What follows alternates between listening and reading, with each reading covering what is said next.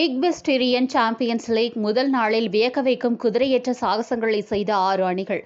கோவையில் தேசிய அளவிலான ஈக்வெஸ்டீரியன் சாம்பியன்ஸ் லீக் எனும் மாபெரும் குதிரையேற்ற போட்டி துவங்கியது. ஈக்வைன் ஸ்போர்ட்ஸ் இந்தியா கூட்டமைப்பு மற்றும் இண்டிஜீனஸ் ஹார்ஸ் சொசைட்டி தமிழ்நாடு ஆகிய அமைப்புகள் இணைந்து நடத்தும் இந்த மிக பெரும் குதிரை தடை தாண்டும் போட்டியின் துவக்க விழா வெள்ளிக்கிழமை நடைபெற்றது.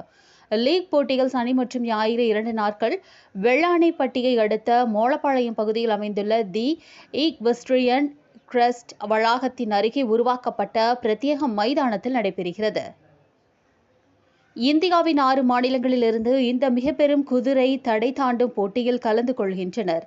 அவை Chennai Bulls, Pegasus Sports, Bengaluru Knights, Golconda Chargers, Quantum Rains மற்றும் எலிட் ஈக்வெஸ்டீரியன்ஸ்.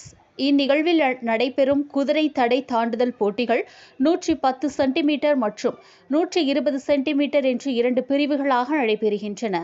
சனிக்கிழமை நடைபெற்ற நிகழ்வுகளில் அனைத்து அணிகளின் வீரர்களும் குதிரை தடை தாண்டுதலின் முதல் சுற்றில் உற்சாகமாக தங்கள் குதிரைகளுடன் பங்கேற்றனர்.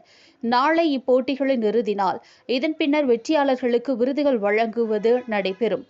இண்டிஜீனஸ் ஹார்ஸ் சொசைட்டி தமிழ்நாடுவின் தலைவர் திரு AS சக்தி பாலாஜி மற்றும் நிகழ்ச்சி ஏற்பாட்டாளர்கள் நிகழ்ச்சியை சிறப்பாக நடத்தினர்.